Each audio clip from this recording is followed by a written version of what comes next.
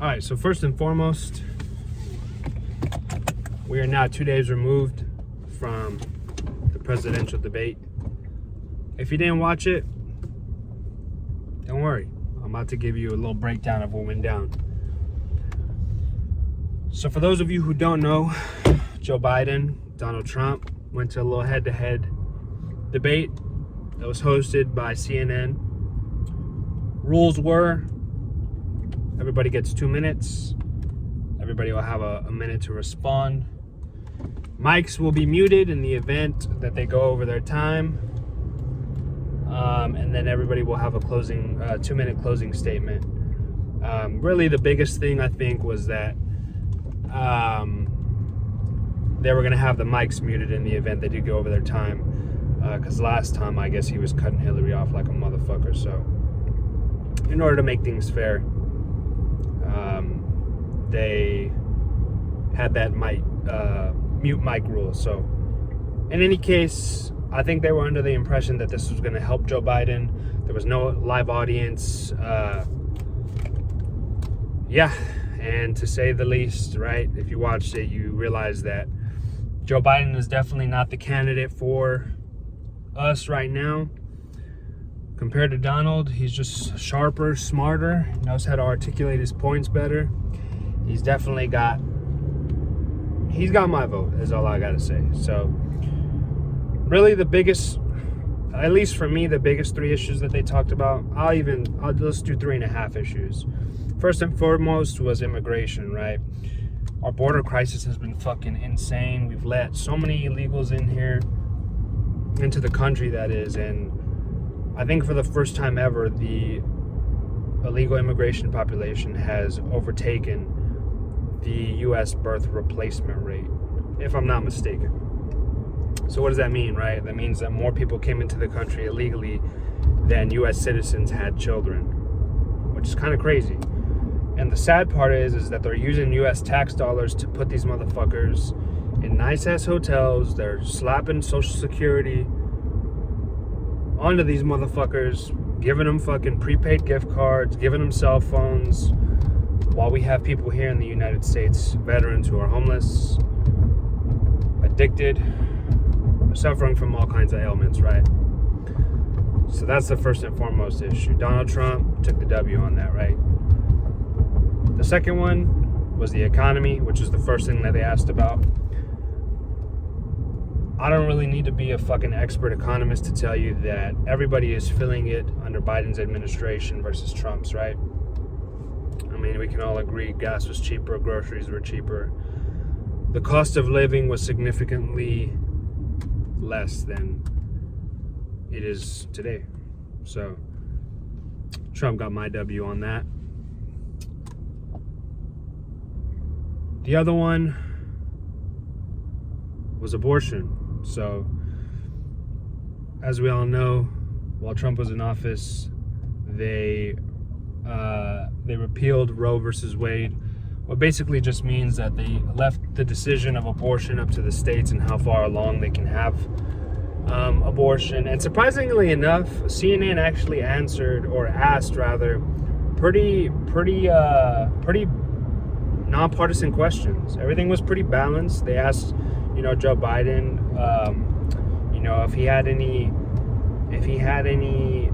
if he would enforce an abortion limit. He was saying that he supports Roe v. Wade and all this, that, and the third. That it's between a woman and her doctor, and that it's the doctor's decision to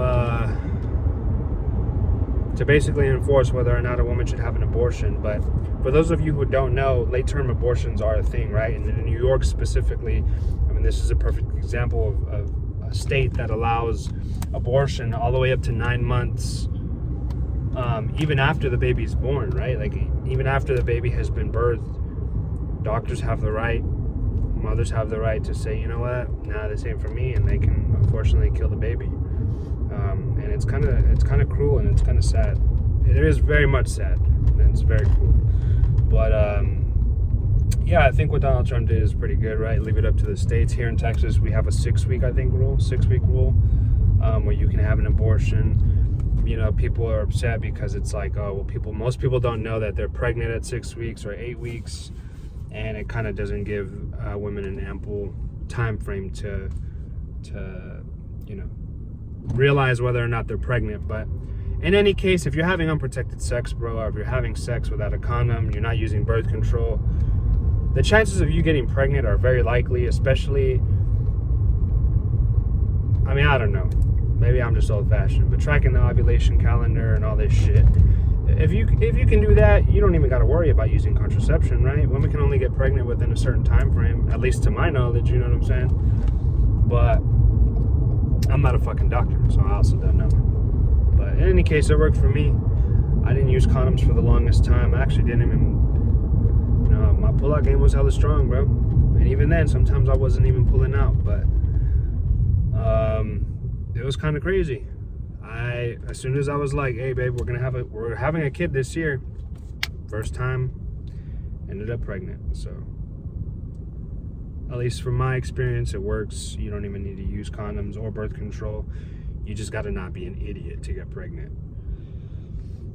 Lastly, also Trump took the W on that, right? Left it up to the states, or at least that's his position. The 0.5 is going to be the Israel and Hamas war. And let's even throw Ukraine in there, right? Let's do 0.5 just to make it a fourth point. These needless wars that are happening, right? And for those of you who don't know or aren't even familiar with anything that's going on over there, regardless of whatever your stance is, the fact of the matter is that those fucking wars are happening overseas and they have absolutely nothing to do with us. So, and that's my particular stance, right? If you don't know, we're sending fucking hundreds of millions of tax dollars to fucking Ukraine to fund their fucking war and to give them weapons. And according to Joe Biden, that those funds aren't going in the form of actual cash. They're going in the form of weapons so that Ukraine can keep up the resistance, right? Which in any case, it's fucking a waste of money, right? I think the truth and the fact of the matter is that Ukraine is not going to win this fucking war, bro. And it's I'm not going to get too deep into it, but there's a lot of propaganda and misinformation when it comes to the Ukraine and Russia war, as well as the Israel and Hamas conflict. And I was actually even surprised that Donald Trump said it himself, right? I mentioned this in a previous video that I saw on Fresh and Fit, where, you know, the mainstream news media was purporting that Hamas was the ones who didn't want to end the war.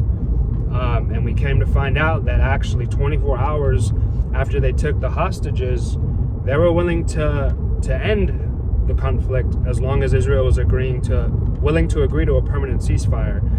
But the fact of the matter is that Israel was not willing to do that. I was going through some comments and somebody said, well, you know, taking hostages is wrong in the first place. Like, no shit, right? The unfortunate reality is that evil does exist in the world and wars do exist, and sometimes people do things in order to get their political points across. And I'm not a Hamas sympathizer. I think what they did obviously is wrong, but from a tactical perspective, I can understand why they did what they did. And I mean, same thing for Israel, right? From a tactical perspective, I can understand why they chose to not. Let me backtrack. So Hamas said, hey, we'll give you all the hostages back if you guys agree to a permanent ceasefire. Israel was like, fuck that. We're bombing the fuck out of you. We're getting rid of you. But I mean, they control the narrative, right? They're the ones who are telling everybody, hey, you know, Hamas is this evil entity that's trying to kill Israelis, so we're going to retaliate. And that's been their excuse this entire time, is that they killed, you know, Israeli civilians. But again, I'm not going to get too deep into it, but the more you look into it, if you actually look at Israeli news sources, there's been a lot of information that's had to be retracted. And let's just say that the actual deaths that were reported are not as high as what they thought. And a lot of the things that were told in the news about, you know, babies being beheaded, and a lot of this shit is just one, it's clickbait, but two, it's also just fucking an excuse to continue with war. And Trump said it himself, right? Biden was like, well, Hamas wants to keep this war pushing, and Trump said it himself. He was like, well, actually, the truth is that Israel may be the ones who wants to keep the war going, but I don't know. I don't know if a lot of people understood that point. I did, because I just recently saw that video on Fresh and Fit with Soleimani, I think is his name, and he gave a complete breakdown of all the misinformation that's out there regarding October 7th. But they also talked about some one-offs, veterans. What else did they talk about? Talked about the economy, Israel, Palestine. I think that's about it. If you haven't had the opportunity, don't fucking listen to me. Watch the damn thing. It's about an hour and 40 minutes, I think, the entire debate. So, like I said, don't be a fucking misinformed citizen. Exercise your civic duty and, take the information in for yourself. And then, this is what I would recommend. Take in the information yourself. Once you do that, then, find a creator that you trust or that you watch. And if you can find someone that you relate to, or, somebody that relays the message in a way that you can consume it, go ahead and do that, because then you'll also have an outside perspective on everything that was kind of talked about. So with that being said, I am going to end it here. It's been a wonderful day today. I worked, about to go to the nephews and nieces' birthday party and enjoy some family time, bro. And I'm fucking hungry, so I hope everybody has a wonderful Saturday. If you didn't, go on your keep, bro. Rents due. I don't know how many times I gotta say it. That's it. Watch the video. I'm glad to be in America, bro. I'll end it there. Everybody have a wonderful Saturday. See y'all tomorrow.